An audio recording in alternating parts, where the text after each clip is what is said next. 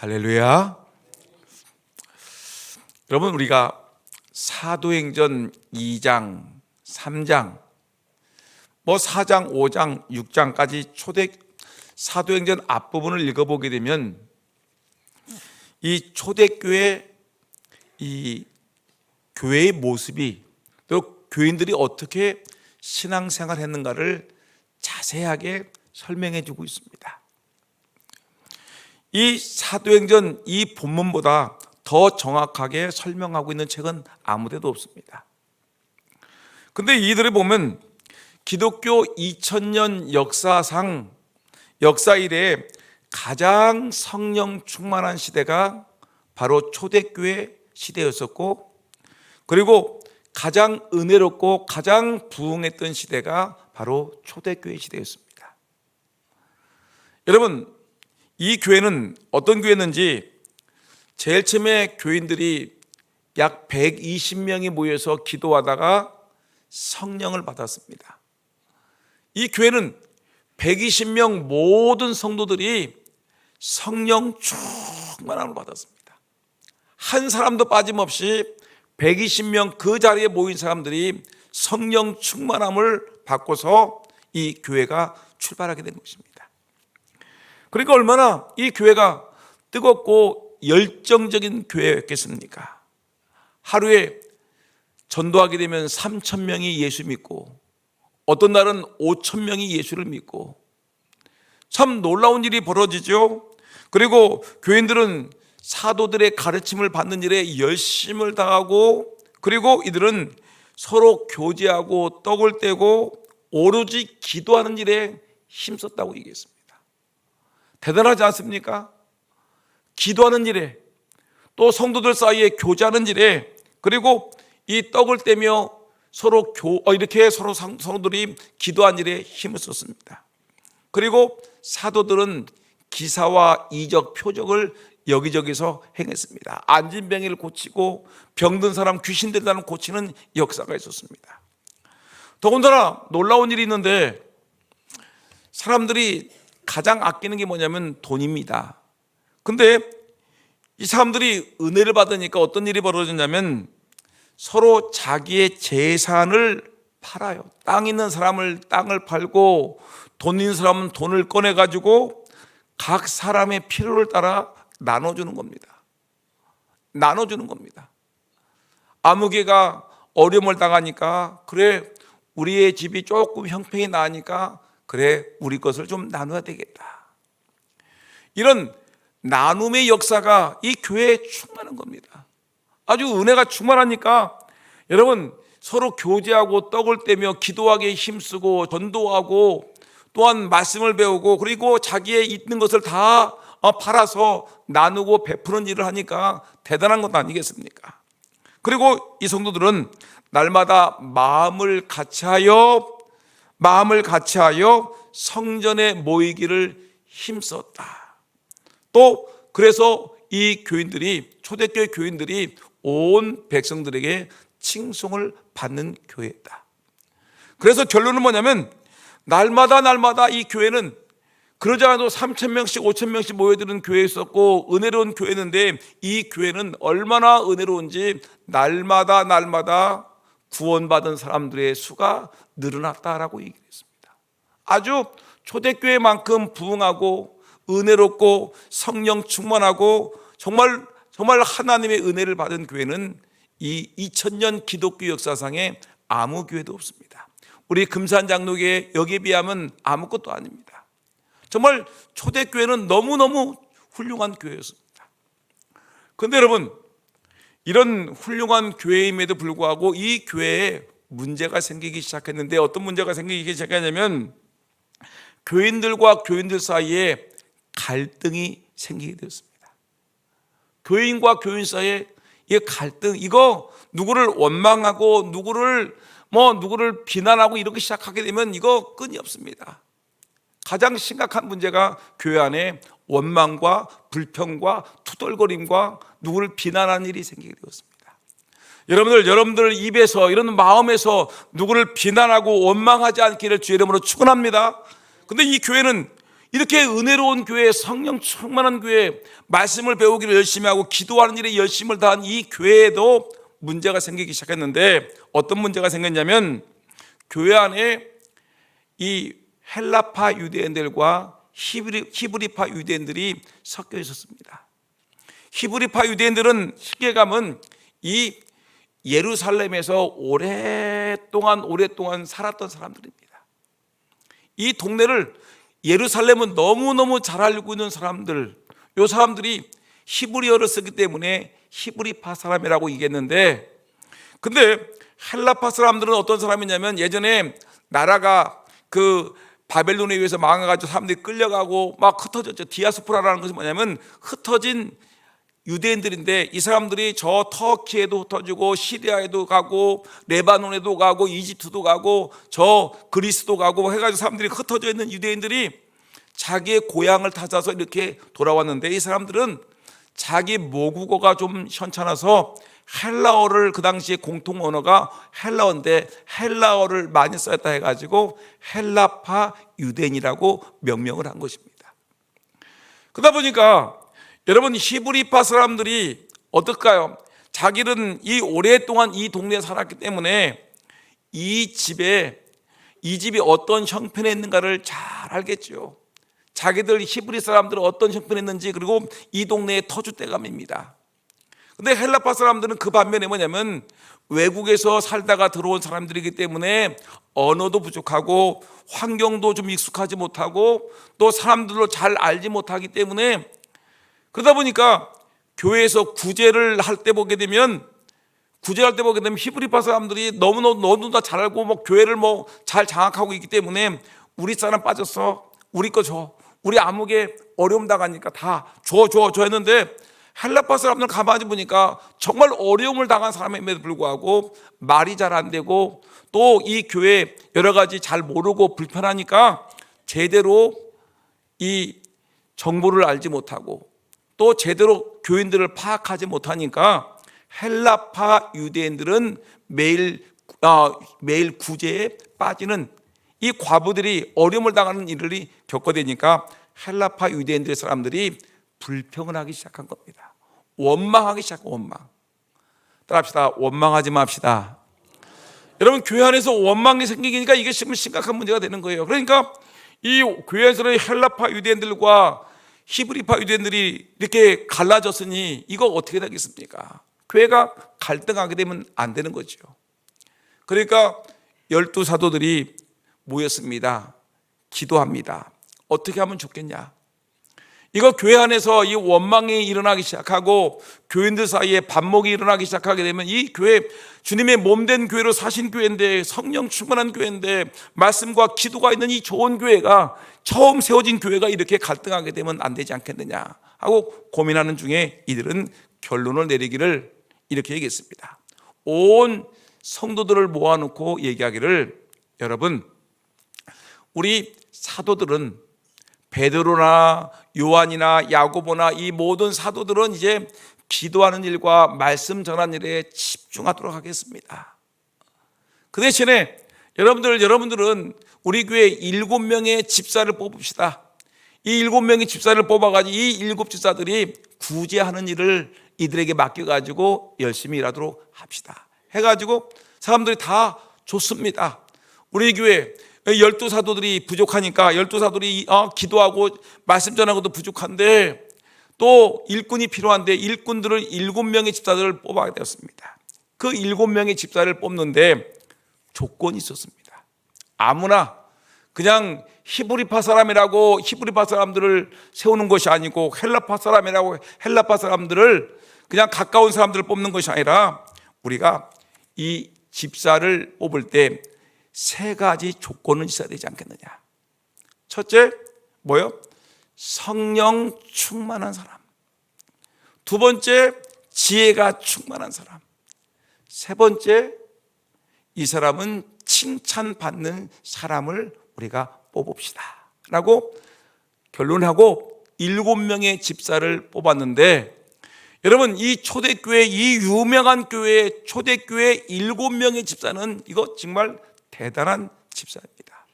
이 사람에게 안수했다고 얘기하는 걸 볼 때 이 집사는 서리 집사가 아니라 안수 집사라고 얘기하는 것입니다. 그러면 여러분, 우리 교회도 어떤 일꾼을 찾아야 됩니까? 여러분, 우리 하나님께서 우리 교회에 어떤 교회를 찾고 계십니까? 어떤 교인들을 찾고 계십니까? 이번에 우리 교회 장로님 2분이 임직을 받고요, 안수 집사님, 집사가 3분이, 권사가 4분이, 명예권사가 2분이, 또 열심히 하셨던 장로님 2분이 퇴임하고 권사님 1분이 퇴임하는 이런 임직과 퇴임식을 하는 귀한 은혜의 시간인데, 여러분, 이번에 임직을 받는 사람들은 물론이고 우리 모두는 다 장로고 권사고 집사고 교사고 여러분 직분자이는데, 여러분 이 직분자들이 어떤 사람이 되어야 될 것인가를 우리가 생각해 보셔야 됩니다. 오래 하지 않고 잠깐 동안 할 텐데, 여러분 정말 나는 이 교회, 금산장로교회라는 이 교회에 나는 어떤 일꾼인가를 생각하셔야 됩니다.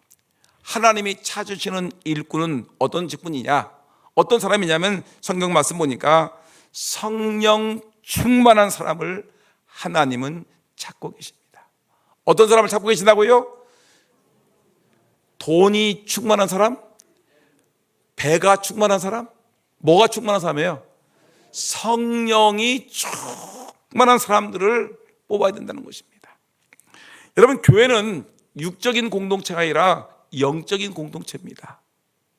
영적인 공동체예요. 그래서 회사라든가 학교라든가 어떤 군대라든가 어떤 조직 사이에 이런 조직 문화가 이게 아니라, 이 교회는 철저하게 영적인 하나님의 영의 통솔 받는 이 교회가 바로 우리가 하나님의 교회들인데, 이 교회는 철저하게 영적 공동체이기 때문에 영적으로 섬겨야 되고, 따라서 우리는 영적 충만, 성령 충만해야 되는 것입니다. 교인들은 성령 충만해야 됩니다. 그리고 교회 일꾼들은 철저하게 성령 충만한 하나님의 교회 일꾼이 되어야 되는 것입니다. 그래서 이 성령 충만이라는 것은 이 내 인간의 지식, 인간의 경험, 인간의 학문, 인간의 어떤 생각을 가지고 교회에서 일하는 것이 아니라 누구로 인해서 일하는 거죠? 하나님의 영의 다스림을 받아서 교회에서 직분을 감당하는 사람을 우리는 성령 충만한 사람이라고 얘기합니다.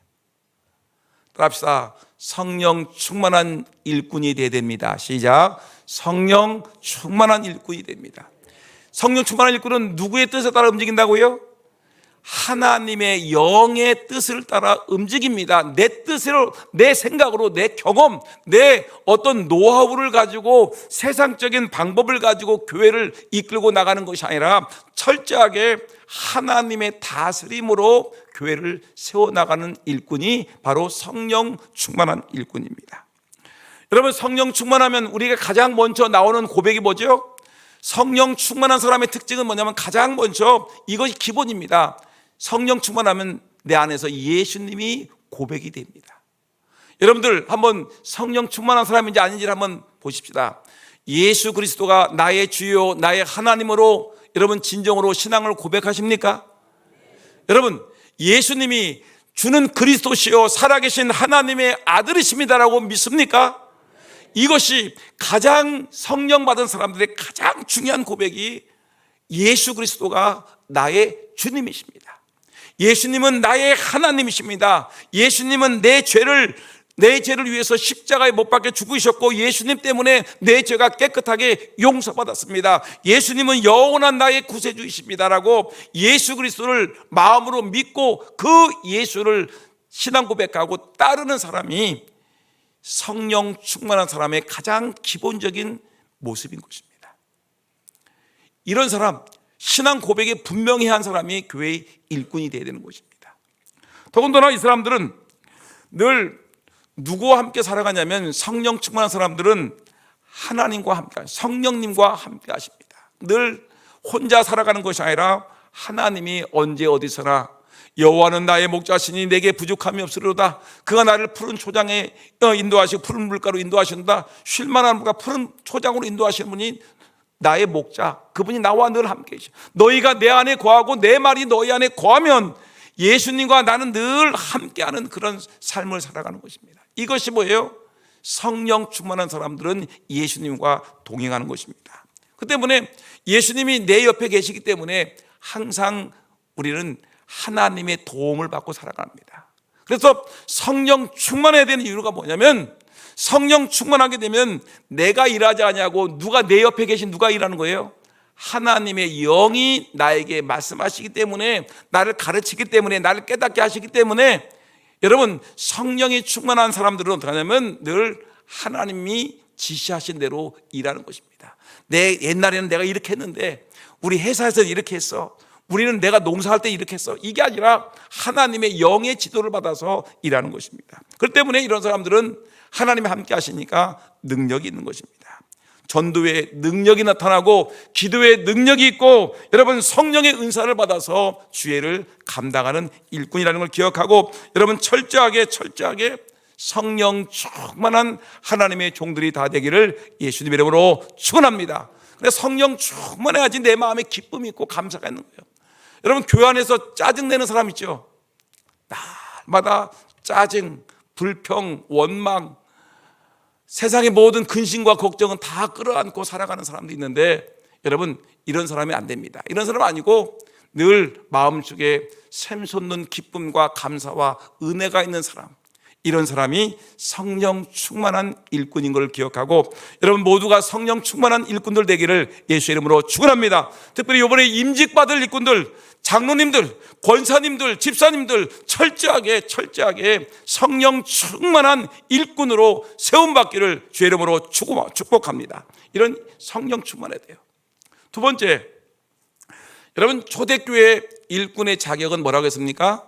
첫째가 성령 충만해야 됩니다. 두 번째가 지혜가 충만한. 그래서 하나님이 지혜로운 사람을 찾으신다는 것입니다. 지혜로운 사람.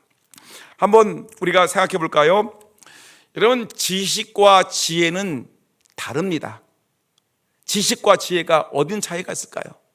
지식은 도대체 뭐고 지혜는 뭘까요? 근데 성경은 지식이 많은 사람을 찾는 게 아닙니다. 박사학위를 받은 사람, 교회 일꾼으로 찾는 게 아닙니다. 공부를 많이 한 사람, 책을 많이 읽은 사람을 교회 일꾼으로 세우는 것이 아니라, 어떤 사람? 학교는 초등학교를 나오지 못해서도 어떤 사람 찾는다는 거예요?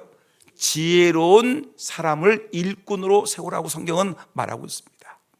그러면 지식과 지혜의 차이점을 봅시다. 여러분 지식은 뭐냐면, 화면 띄워주세요. 지식은 한번 읽어볼까요? 시작. 학문과 연구와 공부를 통해서 많은 세상의 지식을 얻는 것을 우리는 지식이라고 얘기해요. 많은 것을 얻어, 많은 것을 경험을 해요. 이것을 책을 통해서 또는 연구를 통해서 또는 여러 가지 남들에게 얘기를 들어서 많은 것을 알고 있는 것을 우리는 지식이라고 얘기합니다. 지식. 근데 지혜는 이거와 전혀 다른 건데, 지혜라는 것은, 이 지식은 여러분 공부를 많이 하면, 책을 많이 읽으면 지식이 많아져요. 그러나 이것은 하나님의 교회 일꾼의 자격은 아닙니다. 지혜는 뭐냐? 시작. 그럼 읽어 시작. 지식이나 환경을 잘 활용하고 판단해서 더욱 가치 있게 사용할 수 있는 분별력과 창의력, 그리고 응용력을 지혜라고 말합니다. 라고. 지식, 우리가 알고 있는 지식도 써먹고, 또 환경이라든가 모든 여건을 잘 활용하고 그를 판단해서 이거를 가치 있게 쓰는 거예요. 가치 있게. 그래서 판단력, 창의력, 그리고 응용력을 갖다가 우리는 이것을 지혜라고 합니다. 여러분 우리 교회도 가만히 보면 지혜로운 사람이 일하는 것과 지혜가 없는 사람이 일하는 것은 천지 차이입니다. 같이 교회에서 일을 하는데 지혜로운 사람은 아주 이 판단력과 분별력이 있어가지고 일을 아주 깔끔하게 잘 차곡차곡 처리하는데, 이 지혜가 없는 사람은 그냥 일을 막 하는데 잘 안 돼. 앞뒤가 안 맞고 어수선하고 꼭 일하면 탈이 나. 왜냐하면 어떤 지혜가 없기 때문에 문제가 생기는 겁니다. 그 때문에 지혜로운 사람들은 말도 참 아주 예쁘게 합니다. 같은 말을 해도 상대방의 마음을 감동시키고 사람의 마음을 울리고 사람에게 격려와 용기를 주는 그런 말을 하는데, 지혜 없는 사람은 말 한마디만 하면 폭탄이에요, 폭탄. 상대방의 말 한마디만 하면 상대방이 가슴이 쓰라리고 아프고 속상하고 속 터지고 미칠 것 같은 말을 하는 겁니다. 여러분, 이런 사람들은 뭐냐면 이 지혜가 없는 말을 하는 거예요. 그래서 여러분, 정말 지혜를 가져야지 우리가 하나님의 교회지라는데, 여러분 알다시피 솔로몬이라든가 요셉이라든가 다니엘은 뭐가 있었죠? 솔로몬의 지혜, 다니엘의 지혜, 요셉의 지혜. 이 사람들은 지혜가 있으니까 솔로몬 왕국을 다스렸고요, 요셉이 지혜로우니까 그 애굽의 나라를 다스렸고요, 다니엘도 지혜로우니까 그 엄청난 그 바벨론 제국을 다스리는 사람이었습니다. 그러니까 교회 안에 교회 일꾼은 철저하게 하나님, 나에게 지혜를 달라고 기도하셔야 되는 것입니다. 그래서 사도 바울은 골로새 교인들에게 너희는 신령한 지혜로 하나님의 뜻을 구하라. 신령한 지혜를 구하라고 했어요. 야고보 사도도 마찬가지입니다. 철저하게 우리에게 말하기를, 야고보서 1장 5절 말씀 보니까 한번 읽어볼까요? 시작. 너희 중에 누구든지 지혜가 부족하거든 모든 사람에게 후히 주시고 꾸짖지 아니하시는 하나님께 구하라. 그리하면 주시리라. 아멘. 너희 중에, 너희는 누굴까요? 이번에 임직받는 사람을 너희가, 그 사람도 포함되고 누구도 포함돼요? 나도 포함된다. 너희 중에 누구든지 지혜가 부족하거든, 여러분 지혜가 부족하지 않습니까? 지혜가 부족하거든 모든 사람에게 후히 주시고 꾸짖지 아니하시는 하나님께 구하라. 그리하면 주시리라. 여러분, 지혜를 구해서 하나님께 엄청난 복을 받은 사람의 이름이 누구죠? 1번 김일성, 2번 솔로몬. 어떻게 하셨어요? 여러분, 솔로몬을 보세요. 솔로몬이 성전을 건축했는데 1000번째를 드리고 그날 밤 잠을 자려고 하는데 하나님이 꿈속에 나타나셨습니다. 솔로몬에게 말합니다. 솔로몬아 너 참 귀하다. 이렇게 이 하나님의 거룩한 전을 건축했으니 내가 너에게 복을 주기를 원한다. 너 나에게 원하는 것이 있으면 말해라. 부귀와 영화든지 장수든지 얘기해라 했더니 이 솔로몬이 뭘 달라고 했죠? 하나님, 저는 어린아이 같은 사람입니다. 우리 아버지 다윗 임금께서 이 나라를 다스렸고 이 왕궁을 세우게 했었는데 저는 이 백성들을 마음을 다스리고 이들을 판단할 수 있는 만한 재주가 없습니다. 저에게 이 백성들을 다스릴 수 있는 뭘 달라고? 지혜를 좀, 지혜.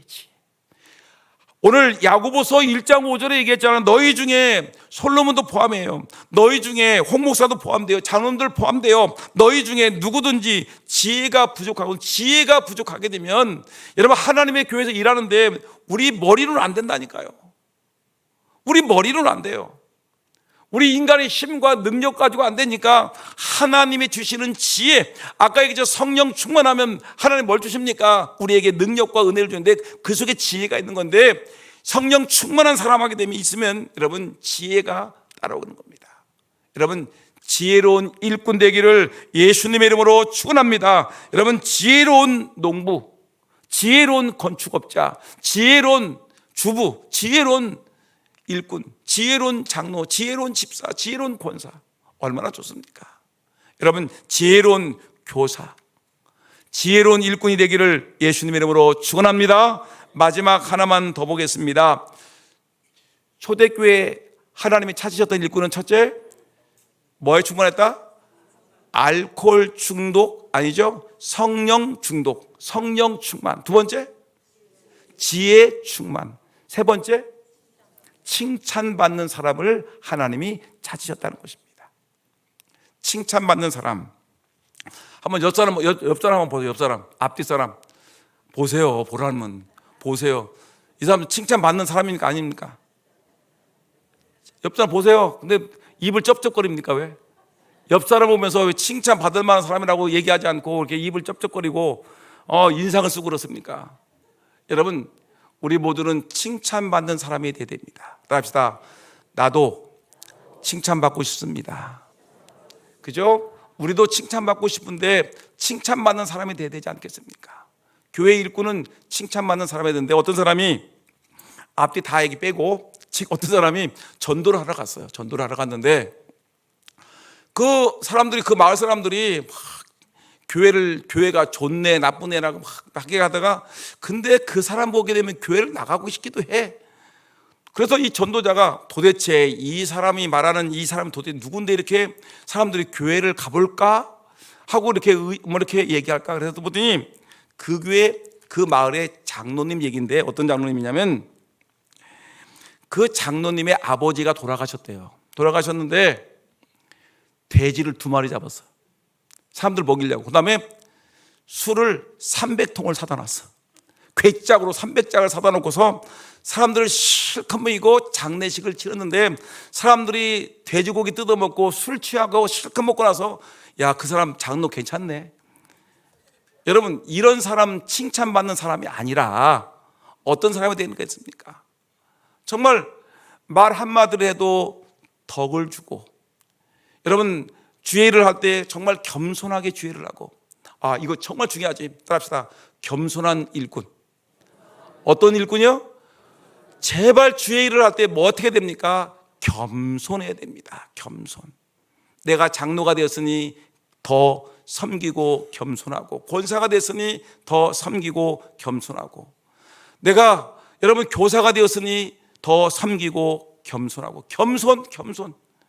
여러분, 칭찬받는 사람에게 정말 중요한 덕목은 뭐냐면 낮아져서 예수님과 같이 대접을 받으려고 하는 것이 아니라, 남들에게 인정받으려고 하는 것이 아니라 섬기려고 하는 모습이 너무너무 중요한 것입니다.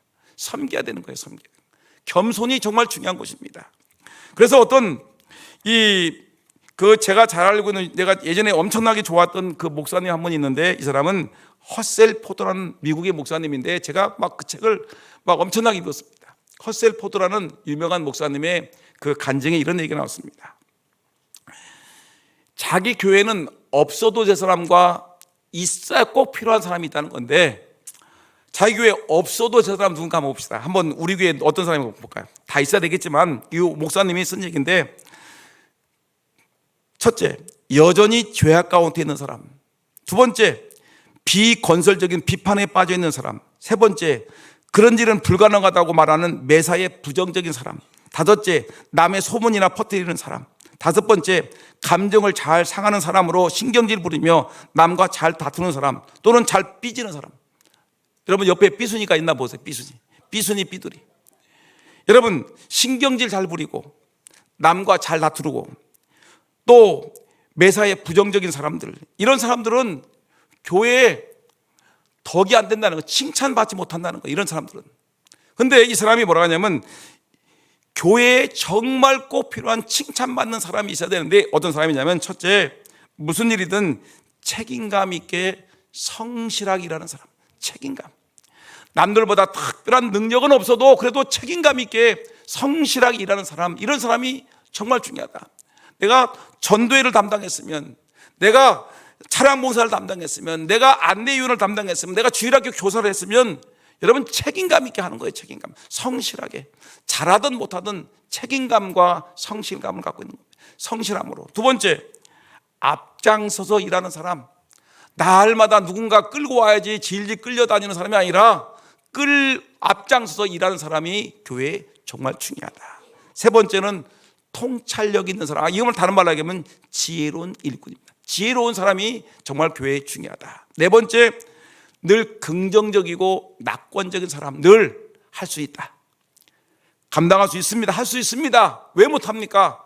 이 갈렙과 같이 할 수 있습니다.